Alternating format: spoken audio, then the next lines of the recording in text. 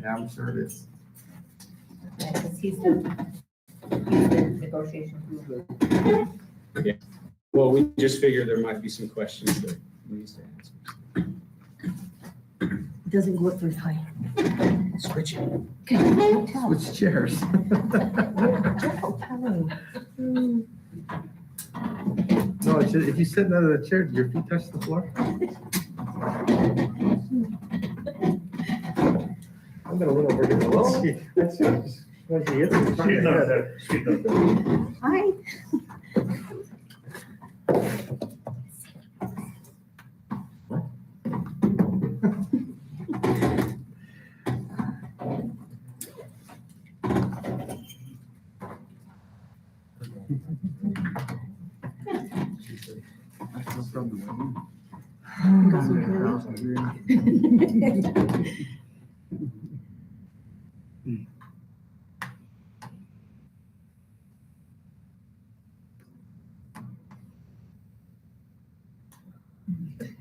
Where did you see me?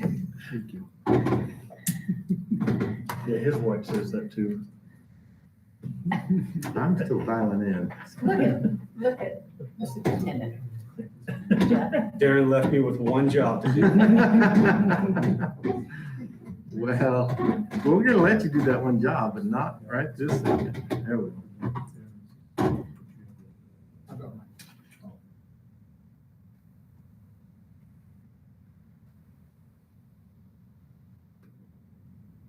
Wayne and I agree, it's just tough when you have a real job to get here by 3:30. Oh, Really? wow. Who has a real job? Yeah, not you. So why would you and Wayne be talking about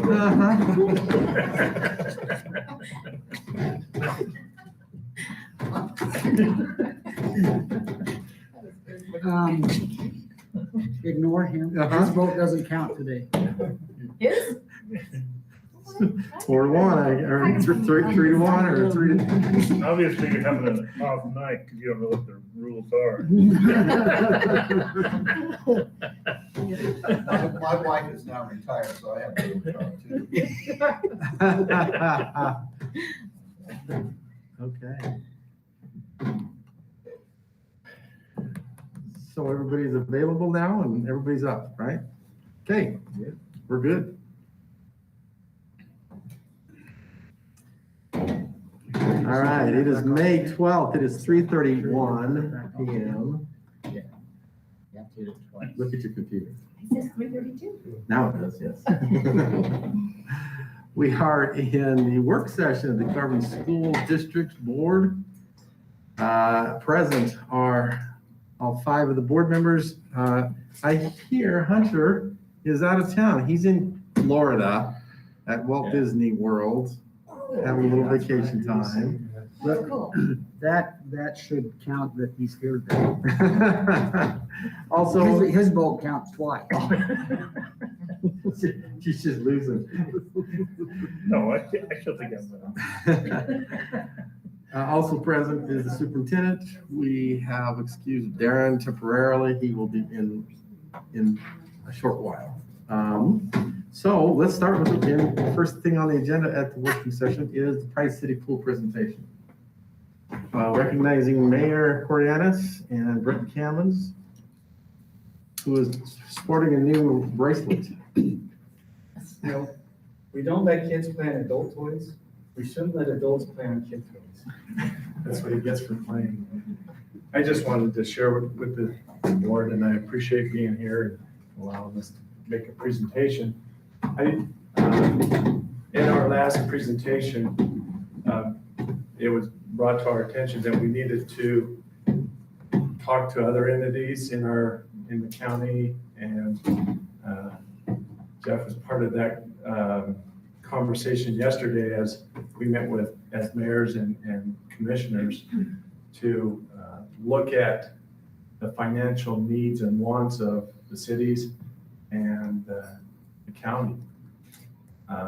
One of my presentations as Price City Mayor was we need $300,000 for the pool, and we appreciate the school district giving $300,000, but we needed to ask these other entities. And We did.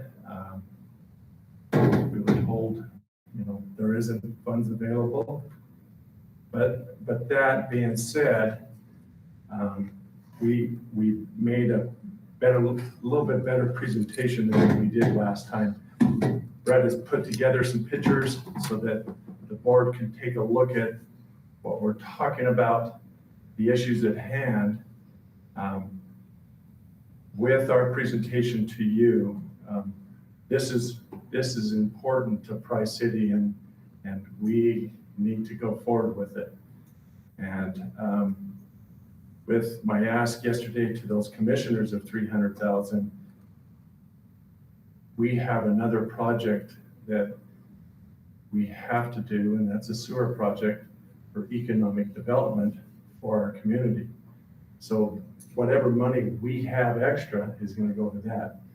So the pool is basically important because of the safety aspect. And that's what we want the board to realize from this presentation. And that's what we're going to convey to you today. And so I'll let Brett take part of what he's got prepared and let him talk. Yeah, I apologize. I'm a numbers guy. So last time I presented numbers, I don't think outside the box sometimes. So we'll try to elaborate on what the project's all about. So which one of you don't have a vote? Apparently Keith. Oh, I'll give you one. That's okay, yeah. Kind of, yeah.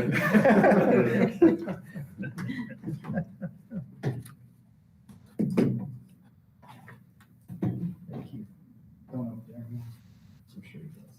So I presented numbers last time, and what I'd like to sort of, we appreciate your consideration last meeting, and we're moving forward with the project. We've started the storage exit door out the pool. The pool, in one way, shape, or form, has to get rebuilt.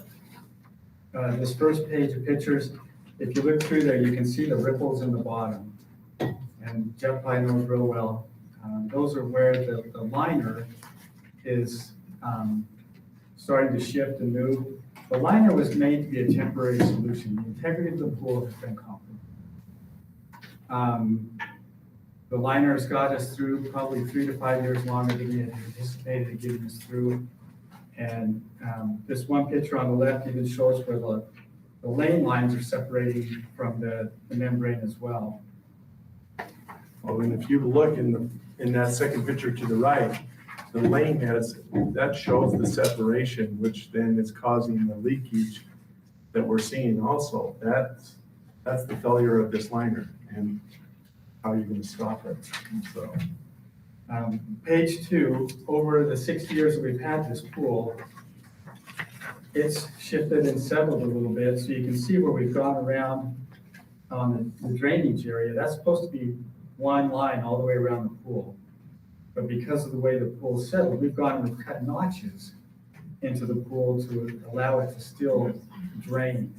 If you don't get proper drainage or enough drainage, then the pump cavitates because it sucks in air. Jeff probably. You also get scum in the corners. exactly. And that's from the settling of that whole pool, that notch, but then it's still settling. So then we're not getting sufficient flow for that pump. So it's cavitating, overheating, and that's the other problem with this. A couple of those next blue pictures, it's hard to see if I want to show. But on the third page, you can see where the deck, because of that settling, it's separated a little bit. And when you have that, you get leakage as well from water that's on the deck. Are there missing tiles there as well, Yes. right around the pool? Yeah, yep, there are. But the leakage we're seeing is when the guys wash the pool or any water goes through those cracks, and then that's not helping. I mean, we could fix it with silicone, but it only lasts so long. It fills out. Yeah. This other picture, spend a little page on this, this one right here. You can see a couple things by this. On the picture on the right, you can see where it doesn't show up too well up in that top corner, but we've got the right level of drainage into the circulation area there, whereas on the other end, we cut 2 or 3 inches out. It varies throughout the pool there. And then this is at the deep end. If you look down again, you can see those ripples in the bottom from that liner. If you go to the picture with the building, what we'd like to show here is that this really is an exceptional facility. I love that roof ceiling that it has. It really has a lot of character. This was built in the 60s, and it's amazing how well it's held up. But to do that new pool, we really need to take care of this structure. That wood ceiling needs to be sealed, even the walls need to be sealed.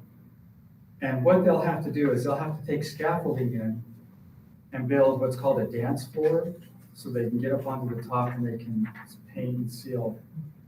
And the time to do that is the time when we don't have a pool in there, because that scaffolding can't span the width of the pool.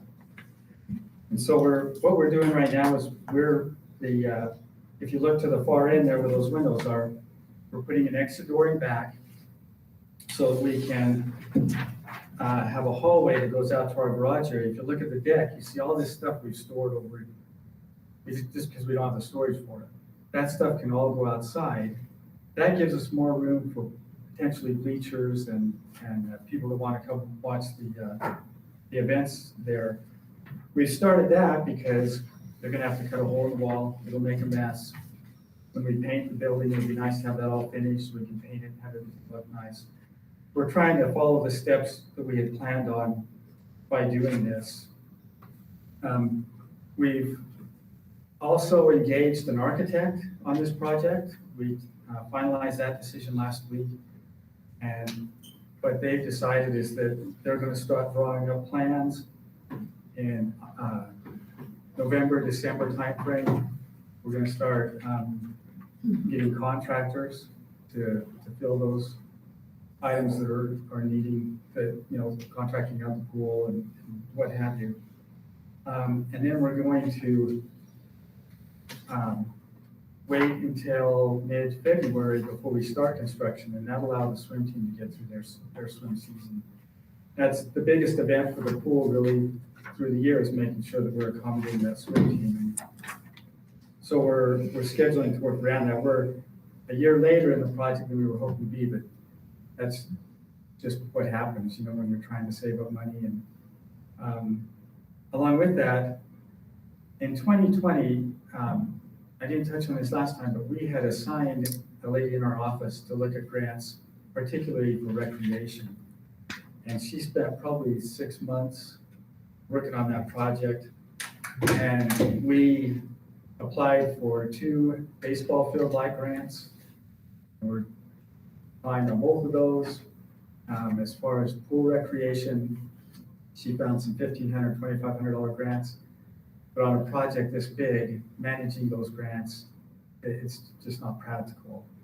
And then, like we said before, CIB helped us out with the bubble.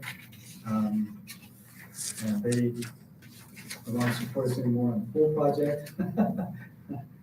So, And that's been documented, that they told us not to come back, yeah.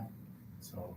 That's where we're at with that. If you go to this next page, what I really wanted to show is that with everything that Christ City does right now, we're really trying to have the school in mind and the college in mind. And it didn't just start with the pool. When we did the blue light poles on 300 East, when we did the signs, I don't know. That's, I thought, would make it more visual of what we're doing and putting so that everybody sees that. We put the small signs up last year. Make sure you get the one with the curtsy in the paper. I got a video. Video. Glamour shot. I hope you noticed the smaller ones we put up last year. These came in during the winter and I haven't had a chance to get these put up yet. But the bleachers we did, about a year or 2 ago, we did it blue for the school colors. Really in everything we're doing, we see the value of the school and the university in our community. And the city is really trying to support those efforts and make sure we recognize that. It's good for our kids, good for the community. And you've been very supportive back too. I mean, when you talk about the baseball fields and the partnership there, and I think that's the main thing from our visit here is we need a partnership with this pool because to make sure that the integrity and the safety is there. And the one nice thing, and I love our pavilion at the baseball fields. That wasn't gonna happen. But between the partnership and what we are accomplishing there, I don't know if the board has been there, but it's phenomenal. That wasn't gonna happen. So that's what we're hoping to develop from this, this presentation that, yeah, the board is willing to help us with our swimming pool. Yeah, and we met with Kerry and Darren yesterday to talk about how the city and the school district's going to interact with that pool, the baseball facility. I really appreciate the interactions that we have and the support. And I think we all work well together.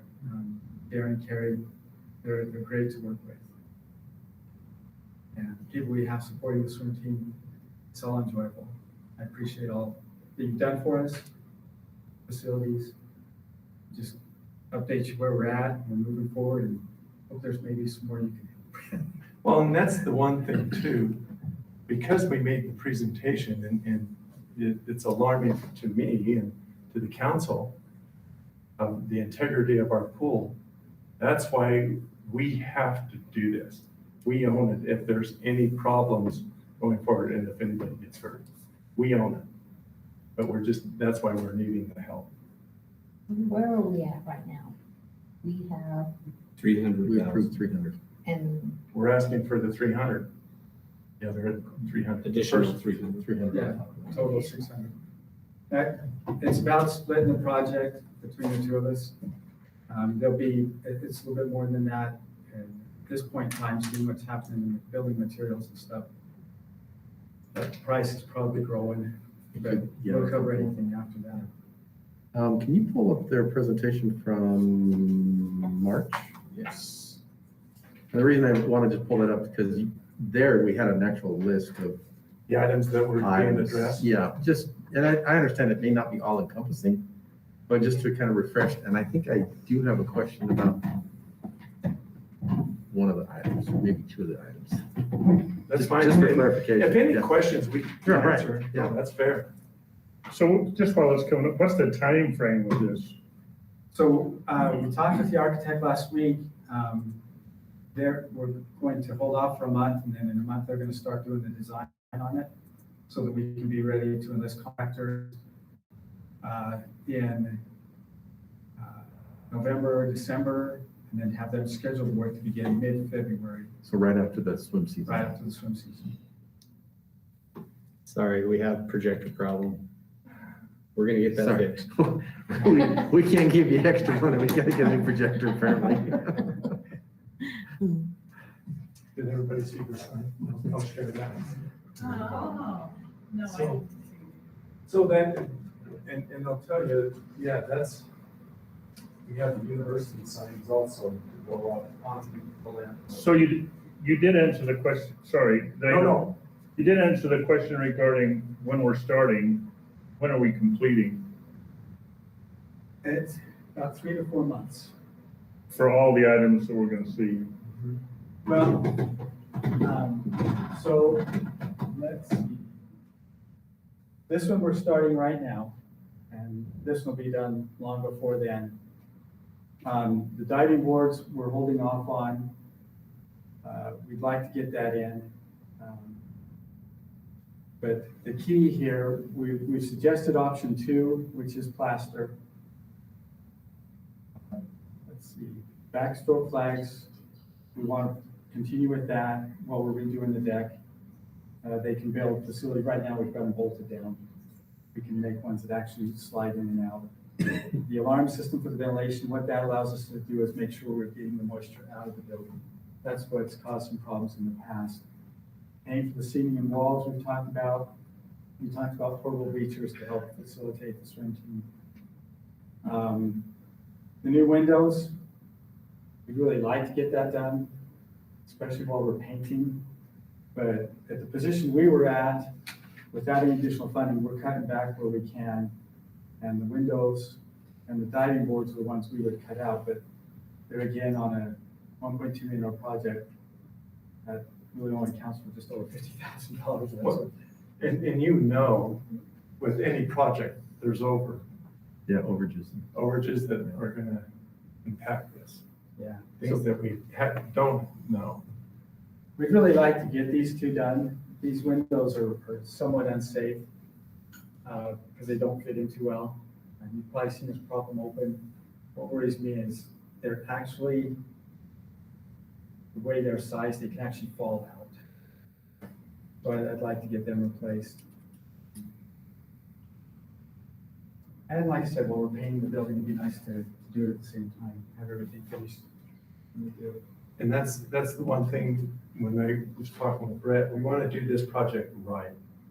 Not just, well, maybe down the road and just keep pushing it. That's why the ceiling's never been done. Our swim team is the one everybody sets their sights on.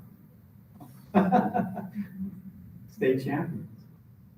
So we want to attract their competitors here and show them what we've done. My understanding is a lot of your timing on the project, like Keith's asking, it has to do with making sure you're not disrupting our swim team's season coming up. Yep. So if you were to start sooner, we wouldn't even be able to participate. So with where we're at right now, we'd intervene on that. So a couple of questions that I have. Your portable bleachers, you're talking the ones that you actually roll out and put into storage off that, be your west deck? Okay, have you thought about, South deck, yeah. We'd roll them, we'd have a roll-up door on the south wall. right, but And your roll it. bleachers would be on the west deck. Right. Oh, That's where the spectators would watch from, would be the west side. oh, the west deck, oh, yeah. Yeah, That you can't now at this right, time. right. But is it possible just to push them so they collapse and so now they're only That 2 might be feet good. wide? But then again, from his picture, you see all the stuff that they It's on have there. there, so then how do you achieve that, you know? Well, you put that in storage. You put that in That's storage. Yeah, then you'll have in the storage. Okay, I see what you're saying, Yeah, that's your question. Yeah, can we not move the bleachers in and out? Just to get them to the fold and then take your lane markers out and. That's a really good idea. We could probably do bigger bleachers if we did that. So we just did a major cleanup. I mean, we got rid of 2 fire engines that Yeah. that's stored forever and so that we can make room to get stuff in and out. Yeah. And just to cut that wall in the engineer, and I've been involved with that engineer. And, yeah, it's not an easy task. That's a really good idea. I'm glad you mentioned that. And you mentioned perhaps deleting the diving boards from the project. Currently, there are no boards there, right? Yes, we have one low dive and then we have one, Oh, one's a 1 meter, one's a 2 meter? yeah, Oh, okay, I'm looking at that picture going, I don't remember there being boards there, but. Yeah, I just can't, okay, you can kind of see it. yeah. We had to make the one short again. We had to make the one shorter because the pool wasn't deep enough Yeah, liabilities. for a higher diving. So you said that the scaffolding will not span the pool, so all that will take place after you drain the pool when you start the project. Right, so the schedule for each item, first was to get the storage door put in. The next was to get the demolition on the pool done. Then with the hole, then we'll bring in the scaffolding, because then we can run scaffolding to ground and it's not sitting on the pool. Plus, if we demo the pool, then we don't get dust up on the paint, the new walls. So we figure we'll demolition the pool and get all the dirty stuff done. Set up the scaffolding, paint, and then we'll put in, that's the order we want to do it. That's why we're starting with the storage door now. And are they gonna change any depths on the pool? It's still gonna be 12 feet? It's a consideration to change the depth so we can put in a regular sized diving board. Oh, so go deeper, What's that? to put it deeper? Deeper and wider. So we need it far enough so if they're diving off the board, Yeah, they don't hit the slope. yeah. So is that included in the price we're looking at? The deeper, wider? Yeah, like I said, it's under consideration right now. We're just getting in discussions with the architect, so that's one of the things on the table, is to see if we can go deeper and wider with the greater size diamond. What's the longevity of it? Meaning, once we put this in, is there a protected 30 years. 30 years? It's the same type of pool that we have now that's lasted 60. Just because, I asked that just because obviously there's gonna be different materials that you could do the pool with. I mean, what materials are we using? What's the longevity of that? Yeah, and we're using the shotcrete plaster. Mirtha Pool, you can see that just the Mirtha Pool alone cost more than the total of doing all of these things. The shotcrete plaster has lasted us 60 years, really. You have to touch up the plaster every 8 years. But we feel that that's still a better investment with everything we can get out of it than just the Mirtha Pool. And the Mirtha Pool's going to use a liner. And we have been through it with our liner. And Mirtha Pool is the latest, and supposedly greatest, but we've talked to some pools that aren't quite sure yet how they feel about that. And the warranty, I think that was the other thing. I can't remember for sure, but I think the warranty on this was only a 15-year. But I can't remember for sure. It's been a long time since I visited this option, just because we moved on to this one, really. We feel that's a better option for us. Any other questions for these gentlemen? No? Mayor, Brett, thank you for coming again. Thanks For your time. So then, after you get done with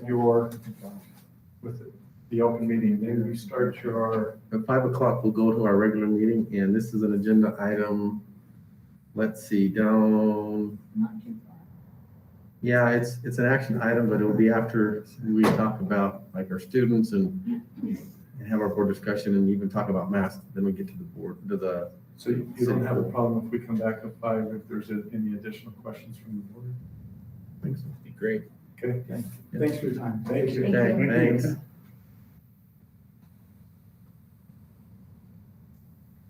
Okay.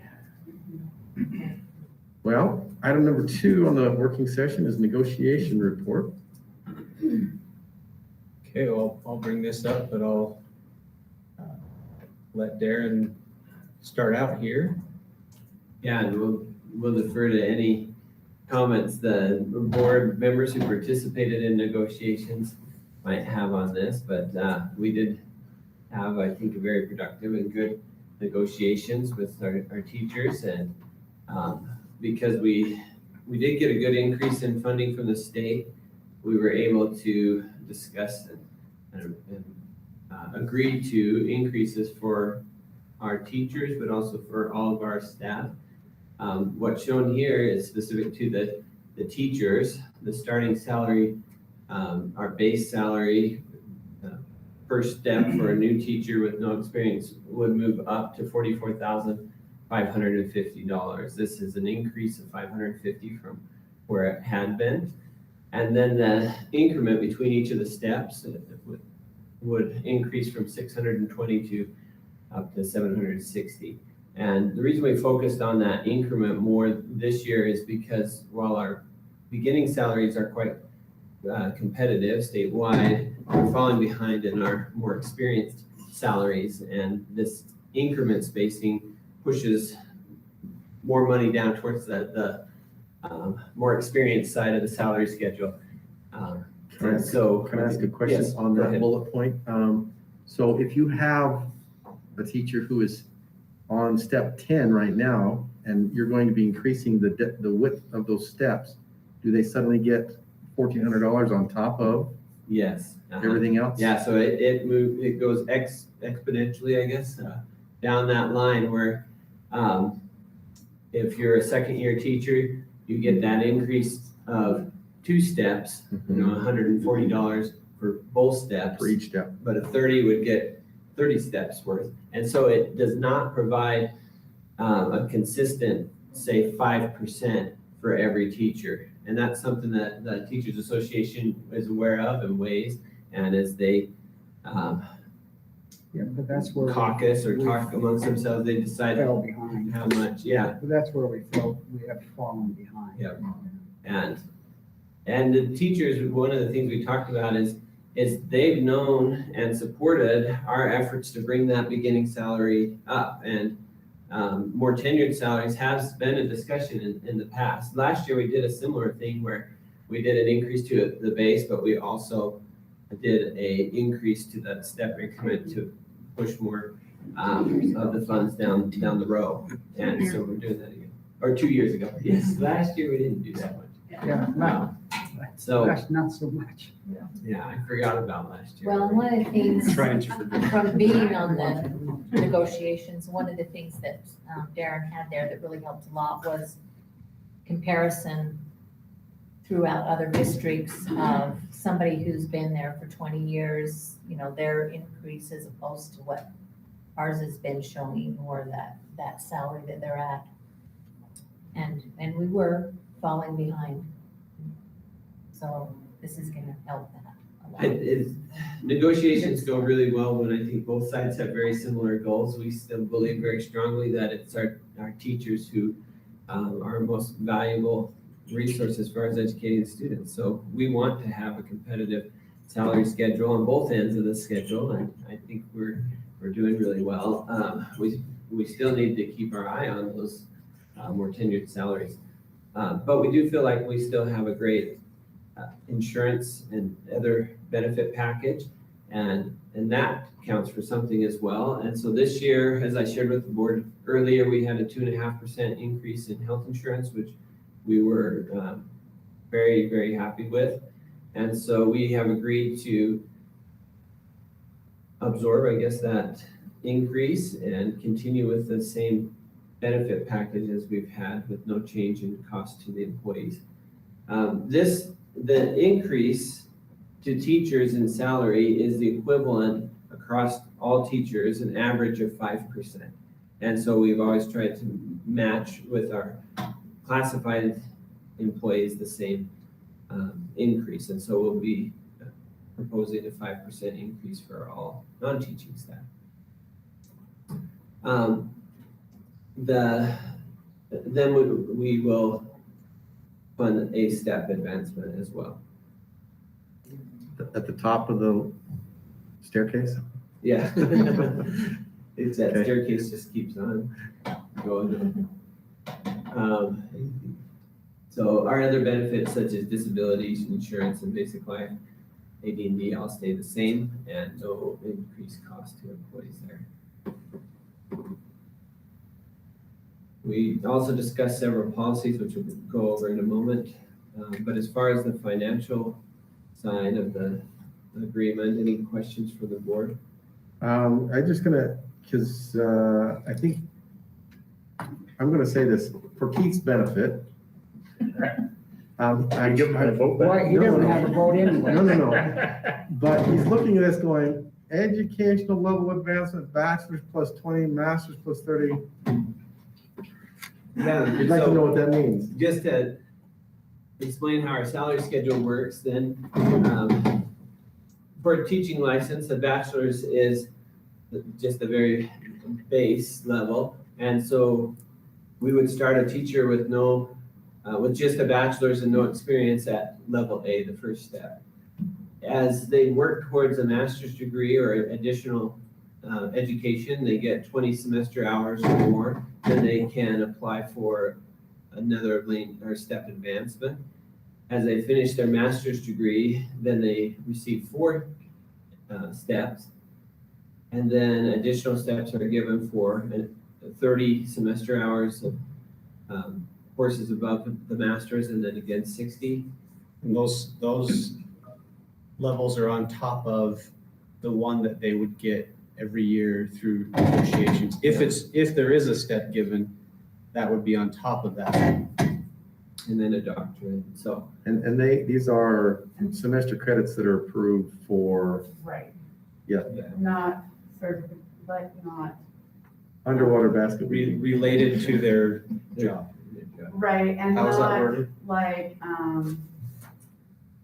what are those other kind of like, PD. yeah, PD, professional development Oh, okay. hours, their semester These are actually Credit. college. Yeah. college. Accredited Yeah. credits, yeah.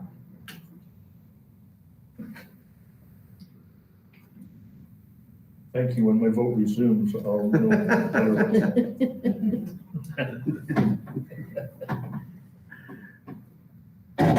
I'll let you know.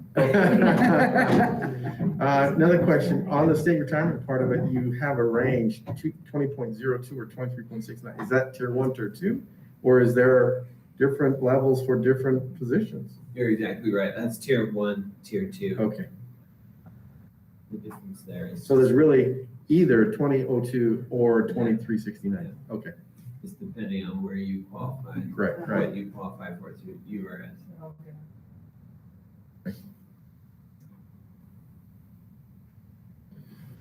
Okay, any questions on the negotiations report? I think it went very well. We were done by 3:30. It was a good day. It was a good day. Okay, anything from Thank the you for association? that, from the association. Went all right? Was it a good day? Yeah. Despite me crying most of the day, it was a good day. She's better now. No crying. Very emotional for me. But it was a very good day, yes. I wasn't crying because it was a bad day. I was crying for the pressure of it. We did some good things for our people, and I think we're in a better place Yeah. this coming year than we were before. And All right. Cheryl says your time as the president comes to an end. We want to thank you so much for your help in us doing what's right. We are invaluable, not just invaluable, indispensable. So thank you for speaking up, for helping us steer together in the right direction. You've been For crying and best. showing us your passion. You've been the best, so thank you. And Stephanie, it's all on you now. Your catch. Does the association do its change of presidency at the end of the school year or the beginning of We the do next it year? the 1st of The August. first of the, 1st of August, get through the school year. And we're all still here, it's okay. And, Yeah, We just share Not- goals. not to minimize your contributions last year and the year before and this year either.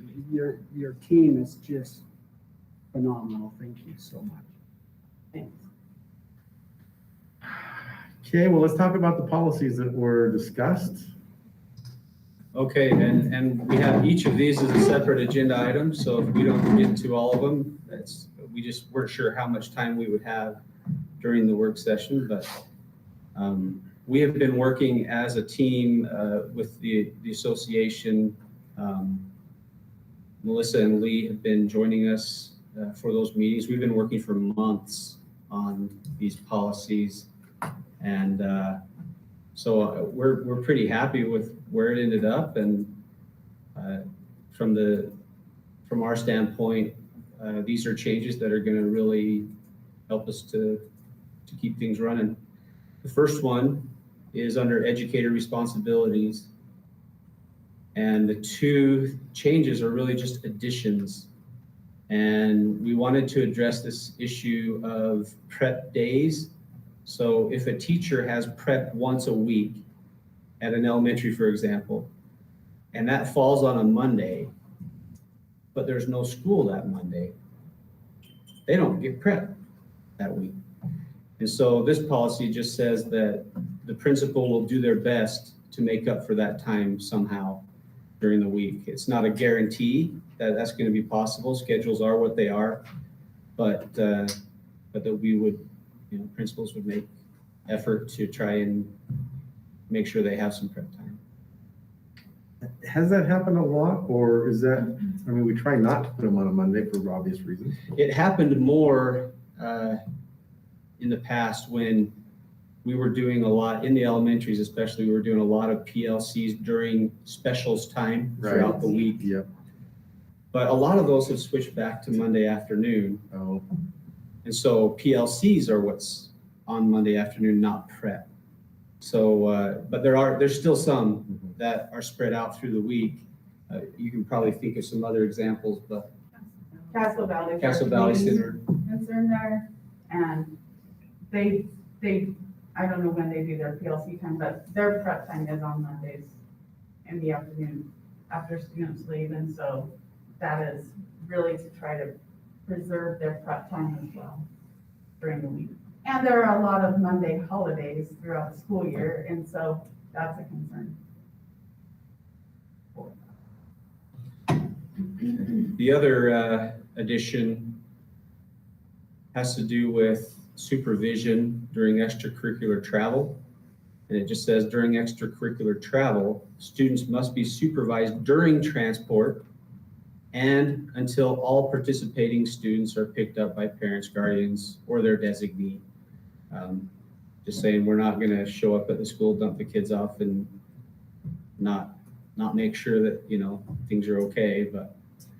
And also, we're not going to send them on the bus, without the advisor or the coach there. They're gonna stay behind and do some shopping or something.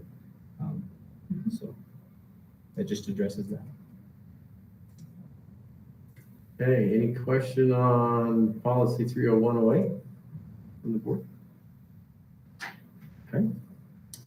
Okay, the next one is assignments and transfers. So let me make that big enough to see. And this one, times have changed a little bit, and we wanted to make sure that we are not in violation of this policy. It came to our attention that we have been in violation of this policy for quite some time because somehow we got out of the habit of sending new job postings to district email. So we've been able to rectify that, but that doesn't require a change in the policy. But we also now don't have a physical posting of all of the job openings at the schools because it's 2021. And the district website takes care of that, email takes care of it, so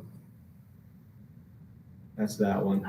And just to be clear with Lee and Melissa especially, and everyone, we didn't actually discuss this well, we did, but we didn't. We talked about it in negotiations, but it wasn't like part of our whole packet of policy. Because it was a conversation and there was missing stuff. Like we talked about it for a half a second. I was like, you don't have my number 8. And Lance said, and he had it pulled up on his digital on board docs. I don't have my physical negotiated agreement today, but in the physical, it was there too. So we worked together. I know, I always have my right Bible with me. I don't know where it is. I'm losing my mind. Anyway, so we did talk about this. There was, we corrected some things so that it's now matching. The online board docs is matching the physical negotiated agreement because we don't know what happened, but there was, anyway, Yeah, it wasn't jiving 100%. and we made changes to this policy last year. Yes. And somewhere between, our changes and how everything ended up. But anyway, we think we've got it all worked out. Yeah. And it all centers around this March 5th date. Yes. That in here, in this policy, everything was listed as the last workday in February. But it was actually because this number 8 that was Chelsea's the number. talking about, talked about March 5th. And we kind of like that. There's no reason to move that back. So we just worked at, Chelsea and I worked on that, and this is what we came up with, that it would be March 5th. That's really the only other change that we have. The other thing is we made it very explicit that open positions are going to be put out on the transfer pool. But you can also request a position that's not open on the transfer pool. And that wasn't explicitly clear in the policy, and so now it is. That was a practice, come to find out, that Robert did that anyway. And then Robert left and we didn't do it. Because it's not in policy. Mhm. And we didn't know that that's what he was doing. So now it is in policy, so we've got that taken care of. Question, I don't know if this is required of school districts, and that's really my question. But special districts, cities, counties, they are required when they have an open position to also advertise on the workforce services website? Districts have to do, school districts do that as well? Yes. So you're required to do that, okay. I knew he did, I didn't know that it was ever required. Yeah. we Yeah, are it's required. state code, if you get state money or something like that. Yeah, we have to. The emails have been coming. It was like the next day. We got, It was an easy fix. they were fixed, yeah. Yeah, it is nice. So we corrected the chart too, so that. Yeah, the table It's just all right. aligns with the language up above. And Lance, we did fix, it did say all educators and it should only be letters of, or intent to transfer should only go out to careers, not to provisional educators, so we had to fix that. Yeah, provisional teachers don't get an option to transfer.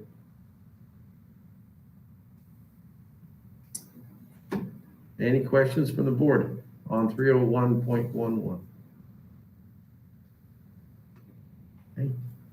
Okay, well, the next one is 0.16. And this is the provisional educator, and we realized that we have interns, and yet we don't really have any language in our policy to address that. So we included a definition of what an intern is, and that the intern year is an educational year that will not count toward the 3 years of provisional status in the district. An intern means that you're getting student teaching credit. So your choice is to work instead of student teach, but you also get a paycheck. It's a pretty good deal. Instead of working for free, you're getting paid, but the trade-off is that year doesn't count toward URS. It doesn't count toward your provisional status. So, and that was never made clear in any policy. As soon as they transition though, from the intern position to a teaching position, provisional status begins at that point, so. Okay, go back to a statement you just said. An intern, because this policy says an intern is hired as a teacher and receives full teacher compensation, but not URS. That's right. Okay, that's part of teacher compensation though.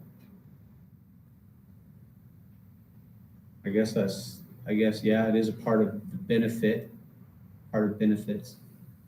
I just think if you. We should say full teacher salary. Salary and intern, do they get intern? They get everything except for URS.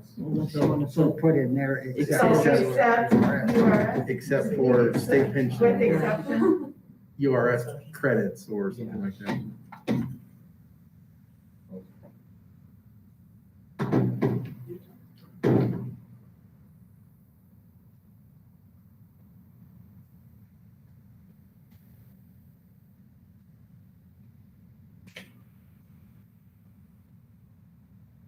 Okay, except for URS contribution. Yeah. We'll fix that. I'll send a copy of that to you guys, but we'll have that ready for the second reading. Or if we end up doing it, or I guess you could pass it with the understanding that that's going to be changed. All right.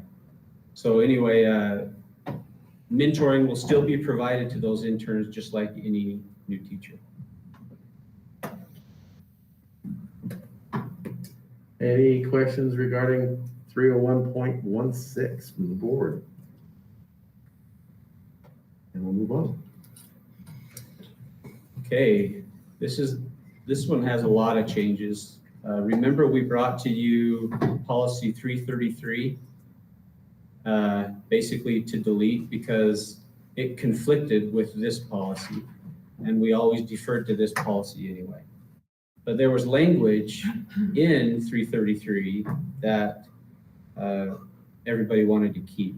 So we've stolen from 333 the parts that we feel like needs to stay. And most of the additions here that you see are from that other policy brought in. So I'm sure you've had a chance to look at it. We won't read all of them. There's a few other changes of note though. One of those is that we got rid of this line that talks about 11 or fewer days will be working days, but more than 11 days will be calendar days. And instead, as you see throughout this whole policy, we've changed everything to calendar days. We just state it so nobody's confused about how many days is what. So that's one of the changes. You want to show the resolution of complaint form? Did you link that? Oh no, I did not link that. That's an addition. We put in the using of the resolution of concern form found on the district website. So I can show you that form. We just have to go to here and we go to employee, and it's called resolution of concern form. No, I know where to find it.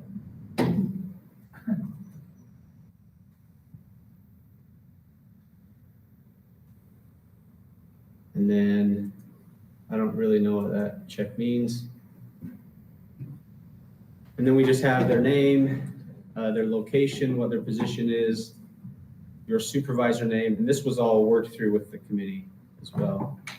The date, the name and position of the persons this concern involves, and then the specifics of the concern, how you were and are affected by the alleged action, the names and titles of individuals you presented your concern to prior to completing this form, because in this policy, this is like the second step after you've gone to your supervisor, right?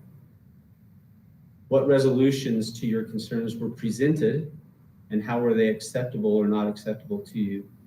And what action would you like the district to take? So once that's filled out, I receive a notification and then we go from there.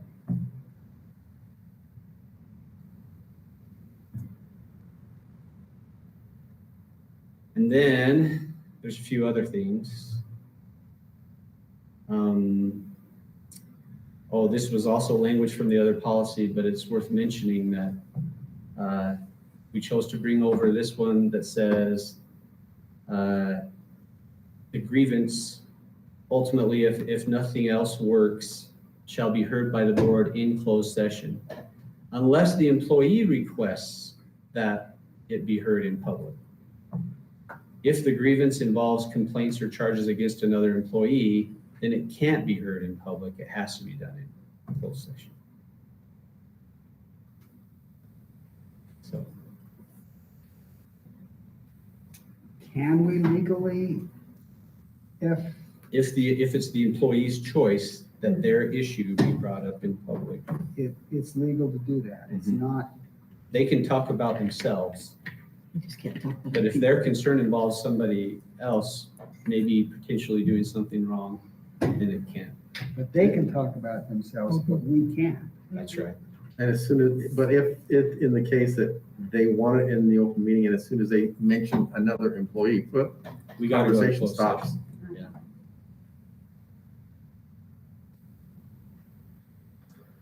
So that's a lot of green, but it's all language that we've already had on the books. For 333. In that other policy. Okay. Any questions? No, we like going through policies like this. Yeah.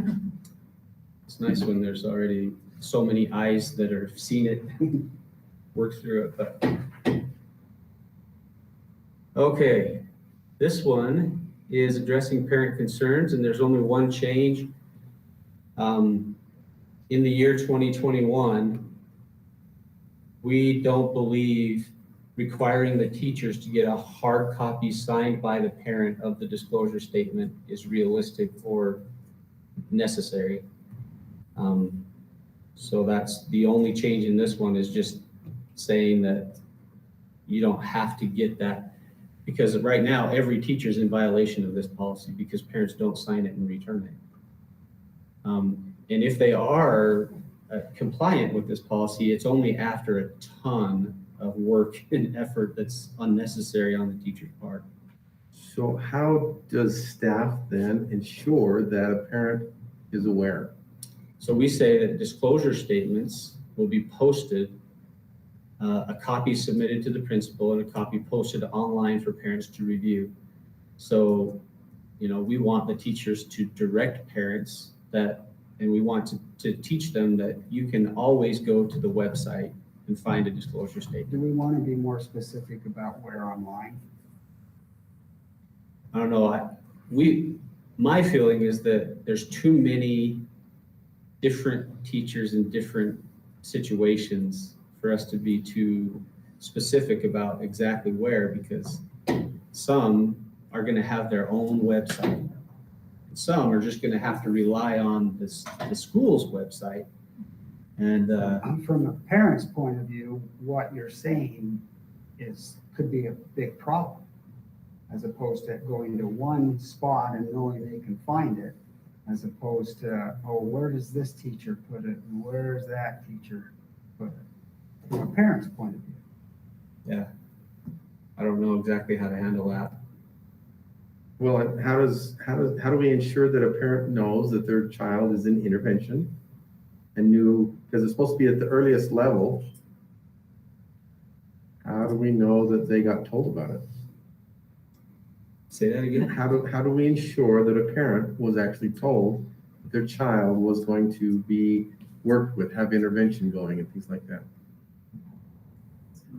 That's This is not a It's not that disclosure kind of statement. intervention. Okay, This is The at beginning of the beginning of the school year, skeleton. everyone understands the rules of the school and These are classroom. class rules, these are our expectations for homework policy. That's what this is. Or the beginning of the season for the coaches, this is the expectations of the team. Or activity. okay, so this wasn't brought as a parent's concern that my student is being put in a special class and they're not telling you about that there's a No, problem. no. This is, Okay. I know, we use the same words for different So is things. that, maybe it's the wording that, what it's called here. Well, I don't know any teacher right now that doesn't put it out in so many multiple ways. Like, just for example, I put mine on my campus page, I put mine on my classroom website, I put mine underneath my teacher name on the school website. I mean, we put it out in many different ways because we want them to have it. Email. And your email is And on the email. website, so anyone can contact. There's so many platforms that teachers put this information on that I definitely see her access. Okay. And there, it is something that has gone over the first week of school or the beginning of the activity.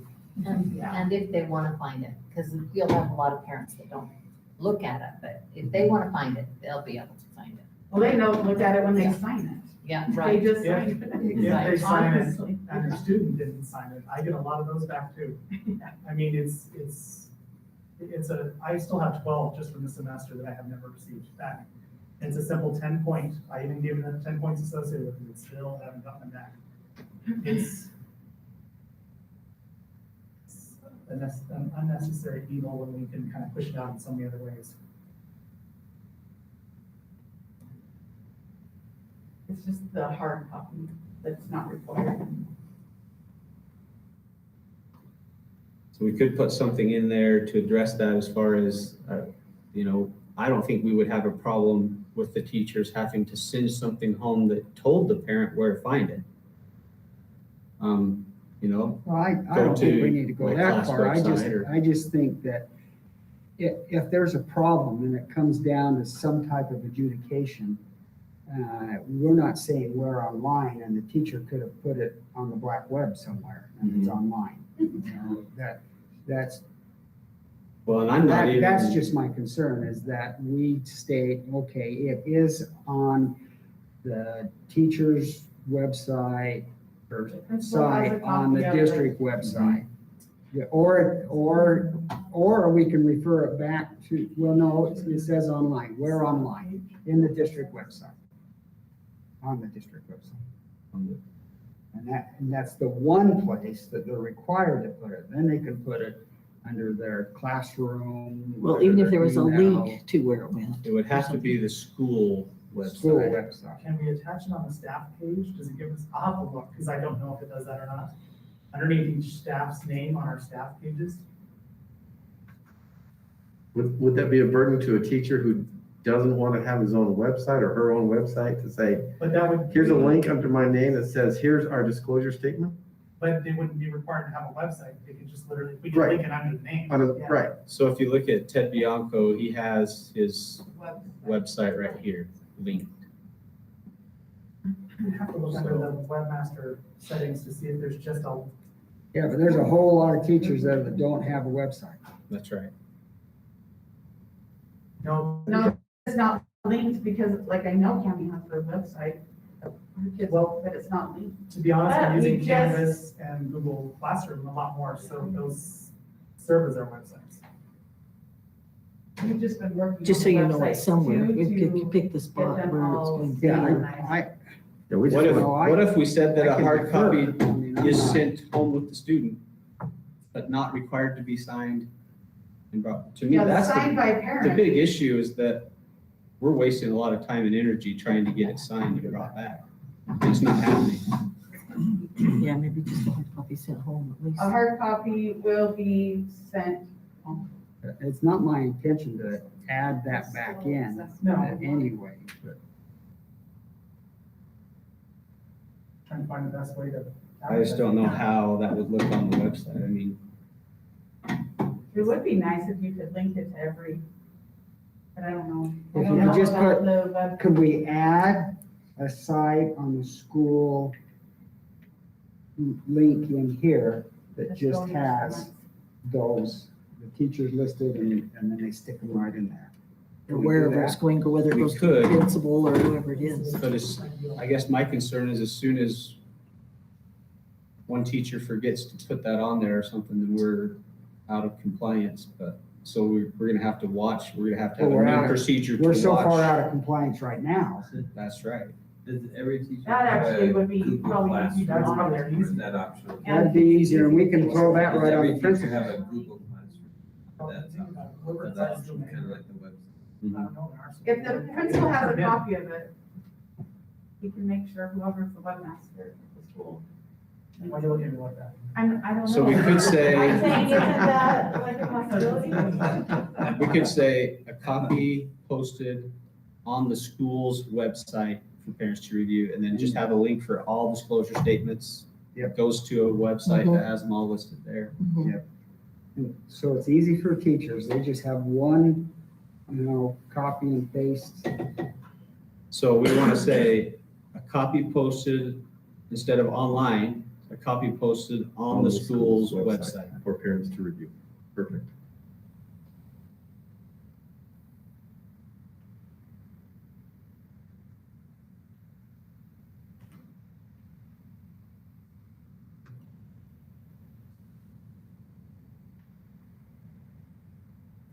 And then we're still okay to delete the, Signature one, Please. I think. I'm still thinking about the website.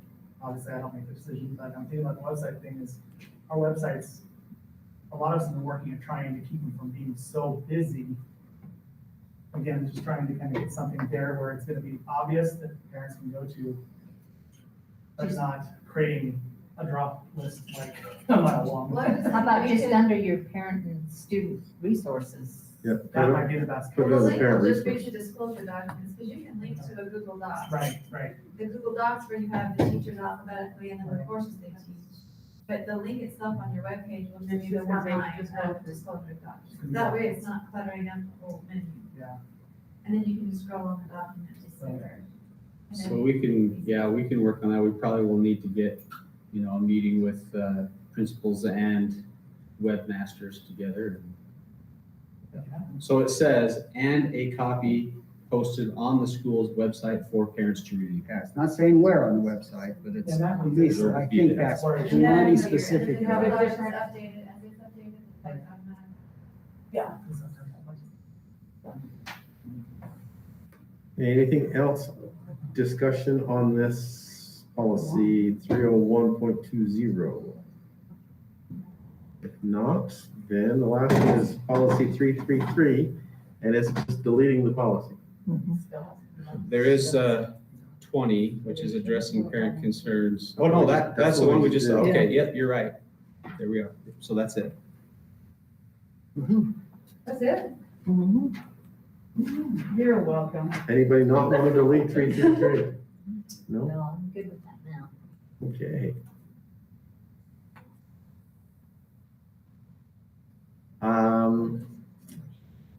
Well, then, next item on the agenda is for the board to discuss items in a closed meeting session if we have items. Superintendent, I didn't ask you earlier if we have items for closed session, and we do have some new hires, so we need to go into closed meeting session. If we could have a motion to that effect, please. I'm so moved. You have to say forward. Can we please go Can I do into, that, Wayne? Yeah, it's right, you can move. You can't vote on it, but you can make the motion. It's right there in front of you, the language, say the the top one, right there. And we, I don't know if you want to, but this would be the time to do the collective bargaining one, if there are any questions that you want to. So we have a motion by Melissa to go into closed meeting session for the discussion of the character, professional competence, physical and mental health of an individual. We have a second We do. by Mr. Cox. Approved by Brother Wayne. Sorry, Wayne, we're gonna have a roll call vote on this one. Roll call vote, Melissa? yes. Keith? Yes. I'm a yes. Yes. Yes. Wayne, okay. We will go to closed meeting session and return shortly.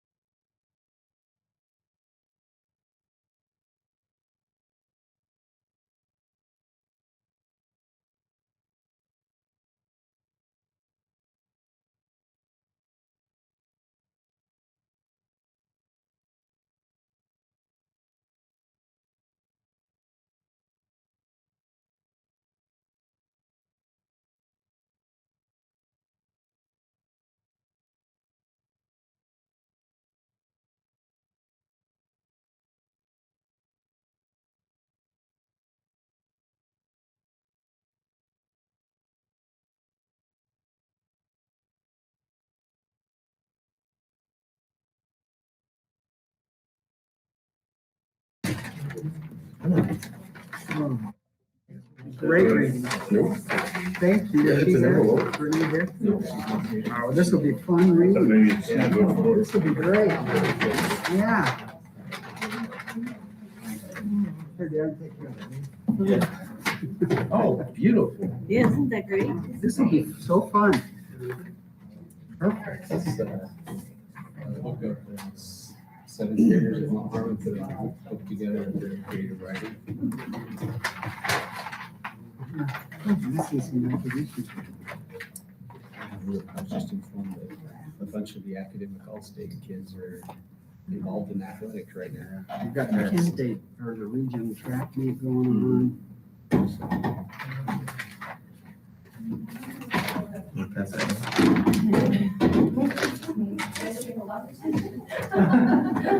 Start reading. Just here. 2 times here. Just turned on. Oh, I would. Oh,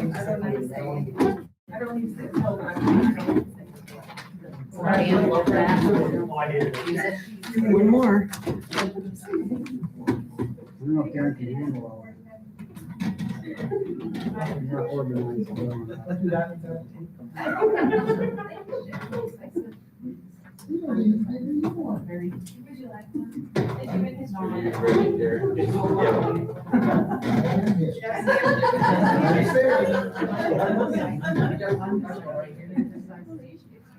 All righty. We'd like to thank everyone for being here tonight. The time is 5:02 on May 12th. This is the open meeting of the Carbon School District. We recognize that our student school board member, Hunter, is out of town, the dirty dog, because he's having fun and we're not. Oh, that's lost in Florida. Yeah. But we commend him for having fun. He did, just so you know, he sent me a board member report. Okay. So I'll read that when it gets to his His turn. All right. Well, we will begin with our Pledge of Allegiance. If you'll all stand and join us, please. If you will lead us in that. I I pledge allegiance to the flag of the United States of America and to the republic for which it stands, one nation, under God, indivisible, with liberty and justice for all. And I apologize, I did not go to roll call. We have all 5 board members present, superintendent, business administrator, and esteemed colleagues of the community and teachers. Okay, do we have any cards for public comments? No. Do we have anyone here who wanted to make public be part on the agenda for public comment? No. Okay. Then we'll move into, well, we had a number of recognitions to do, but we've got a few, but we got a lot of kids that are still involved in stuff this time of night. Maybe they'll come later in the meeting. I don't know for sure, but we were going to move to recognition. Okay, great. Do we have Ted here? He's on his way. He's on his way. He was Okay. probably at the track meet, but he's on his way. All right. We'll move on to girls basketball. And obviously, do we have girls basketball here? They're running track. They are running. We're running softball. Some of them are at softball branch right now. They're contributing to other academic Yeah. championships. So we just want to recognize them for their academic state championship. This is a huge honor because it means that out of all the 3A girls basketball teams, no one had a cumulative grade point average as high, or an average as high as Carbon High girls basketball team. It's a huge accomplishment. It shows the type of students they are. This is a 3-peat. This is the third year. Yep. Oh yeah, third consecutive, that's right. Yeah, this is 3-peat for them. So that's pretty impressive. We also want to congratulate the following students for academic all-state honors. And we'll go ahead and go through them. And if we have any of these students here, will you please come forward, but Hunter Heath for theater, Easton Horsley for debate, PJ Howa for debate and music, Madeline Johnson for music, Katie Jones for softball, Merrick Morgan for soccer, Aaron Stromness for track, Kayla Lee for track, and Sadie Johnson for track. Huge honor to be selected for academic all-state. They have to perform academically as well as in their extracurricular. All right. We'll move on down to state champions for the history fair. And we'll turn some time over to Mr. Sweeney, if that's okay with you. Sure. Tell us about what's going on here. You too. It's spring, so I get to come up here a lot. It's kind of fun. Just get to work with, again, some great kids. And History Fair is, or the History Day, they kind of really emphasize that we say History Day. Program nationally as well as in the state of Utah. This is going really strong, even during COVID. We're pretty fortunate to be able to do things virtually and still have kids participate. We still had over 120 kids compete with projects this year. It's a little more difficult to do it this year because places they go and visit were a little closed or just not as accessible as they have in the past. But we do still have some kids that are won at state, our state champions, and are going to represent us virtually in Washington, D.C. So we're pretty excited about that.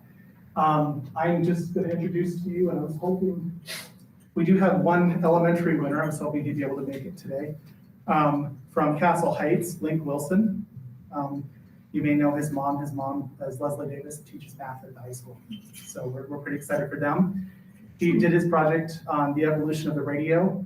A little performance, it's a cute little performance. It's pretty neat. He put in a lot of time and effort and did everything on his own. And his mom learned really quickly how great he is with technology that might keep her on her toes here in the future. So we're pretty excited about that. His teacher, of course, is Liz Briner, and we're excited for him. We've had an elementary state champion for the last, I think, 3 or 4 years running. So it's pretty exciting that they're starting that early. And then we have, I don't know these two kids at all. So never seen them before in my life. Also state champions in the junior division is a group project by Bradley and Leah Sweeney. And I'm going to let you guys talk about that, and if you have anything to add as their teacher. I don't want to steal your thunder, so why don't you guys kind of come up and tell them about your project. So our project this year, as it says on the board, was the Bear River Massacre. Our inspiration from our project originally came from our grandparents who live literally only a few miles away from the battle site itself. It was really fun working together. We learned some new things as we went. It was definitely an event. We had our ups and our downs sometimes, but in the end we came together and we did awesome together. So Leah, tell us what the Bear River Massacre was. So there was a group of Indians that basically caused problems, and so basically the army came in and caused a battle between the two, and then it turned into a massacre, and yeah. Got it. Okay. And this was an exhibit. Yes. Okay. Who else was involved, Brandon? Talk about all that was involved. Who you talked about in the project. Okay, so in the project we talked about, like Leah said, there was the Shoshone Indians. There was the U.S. Army who eventually kind of intertwined throughout months over months.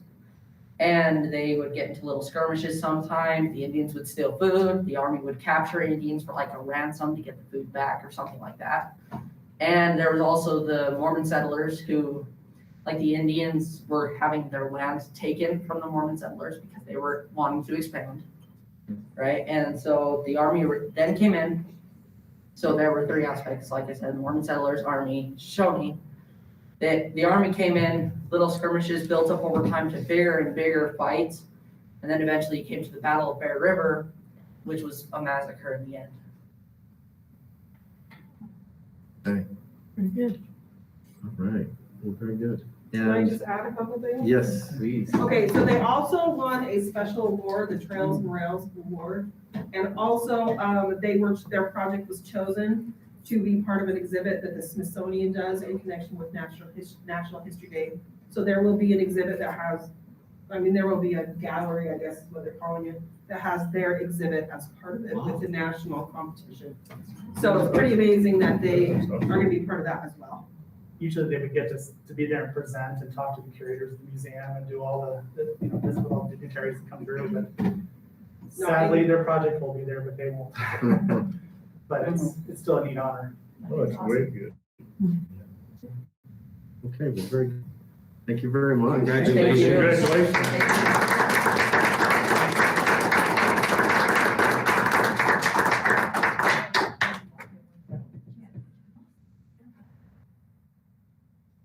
Okay, we'll come back up to the top here, and we're very excited to announce the UHSAA Coach of the Year, and that is Ted Bianco. Can we have you come up there?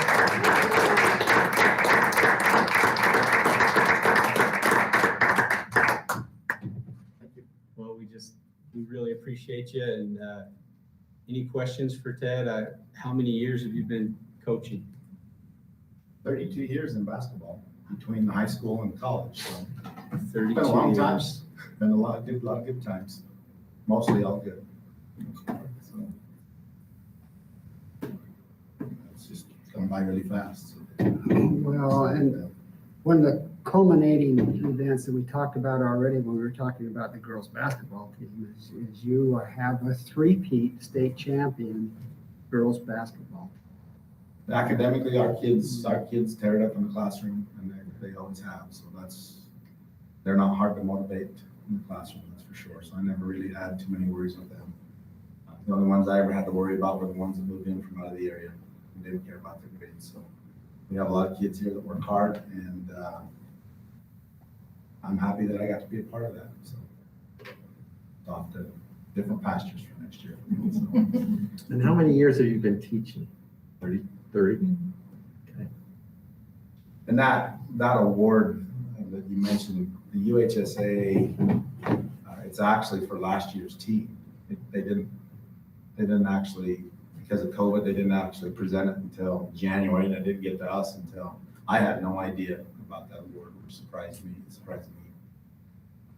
That's probably one of the bigger honors I've ever had in this profession. So it says a lot about the kids I work with, and you're only as good as the kids that you work with and the people that you work with.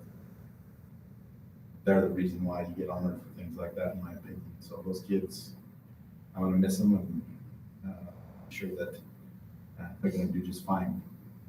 But it'll be different for me next year for sure.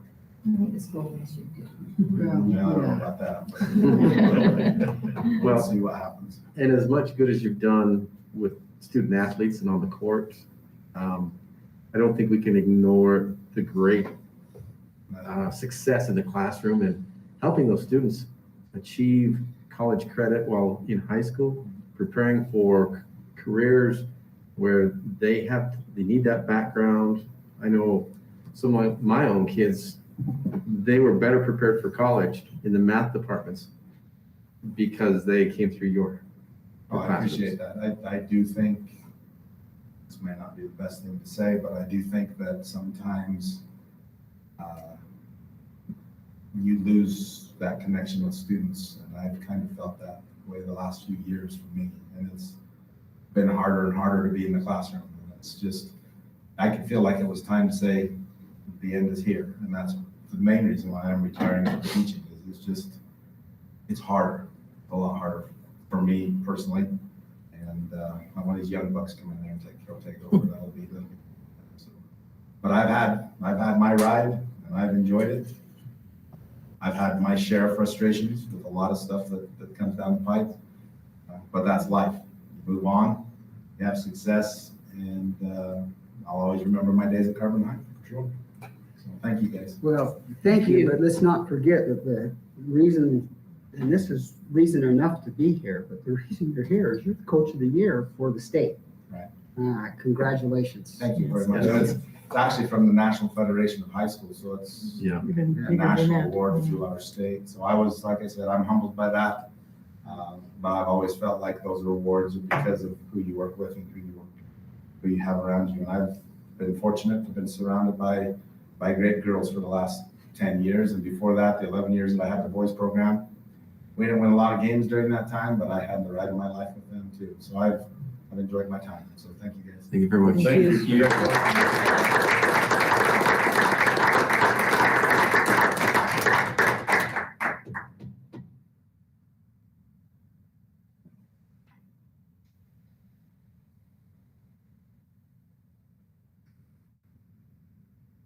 Okay, so board member reports. I think last time we started on the left, we'll start on the right. Wayne?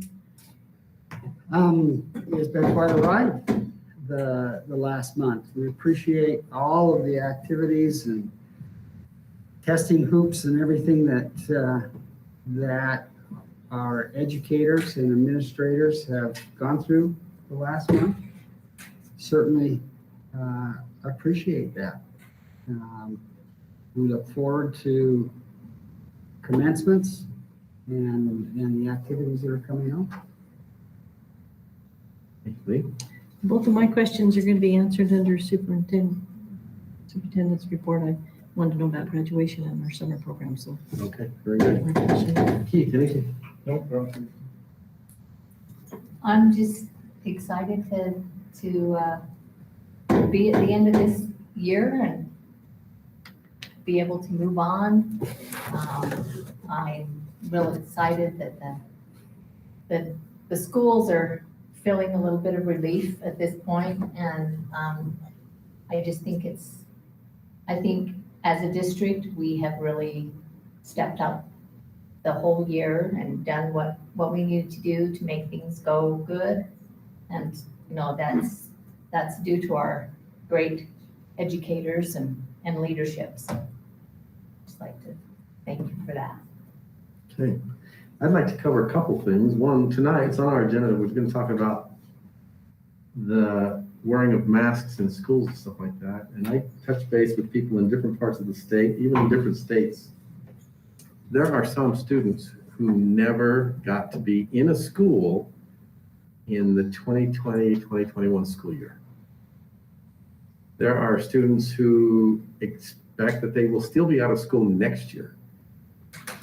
They could go 2 full years and never step inside the school.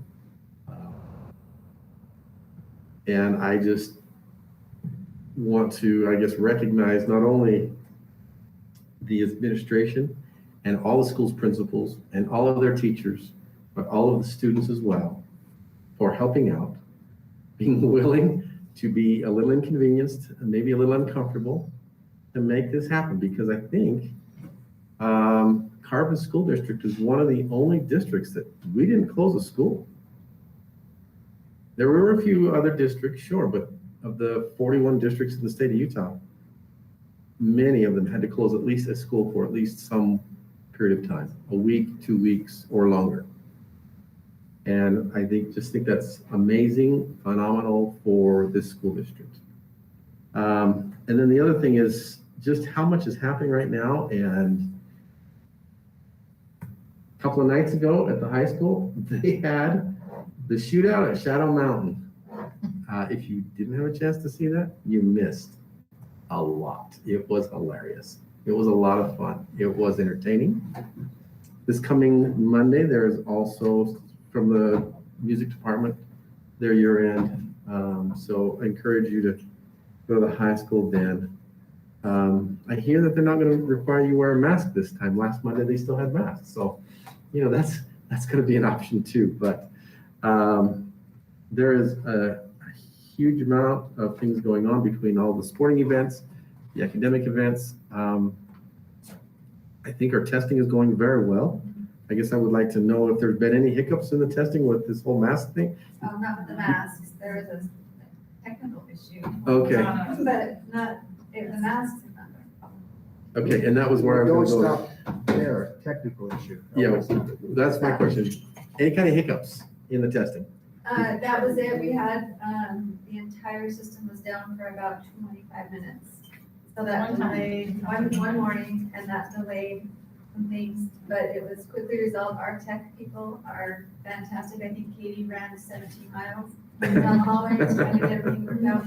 And that was really it. I haven't heard any other reports of any other problems. It's been really great. Nothing like 2 years ago where it was a major issue. This one's gone really smooth. This one was on our side though, the glitch then, it wasn't. It the was state? it was an weekend upgrade.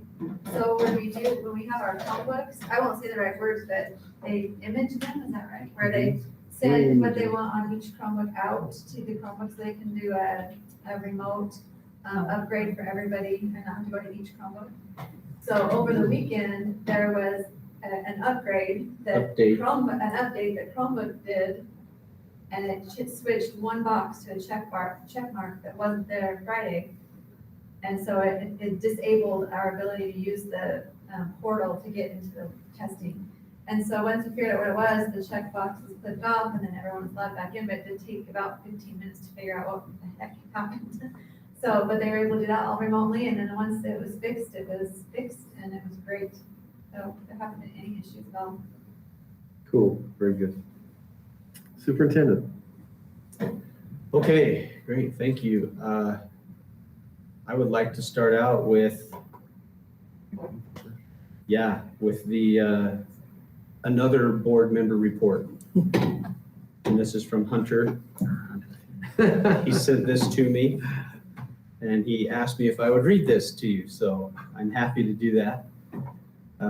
Just like Hunter, I mean, that's exactly what Hunter would do, right? So he says, I would like to address this letter to anyone and everyone who has been on or been involved with the Carbon School District Board for the 2020-2021 school year.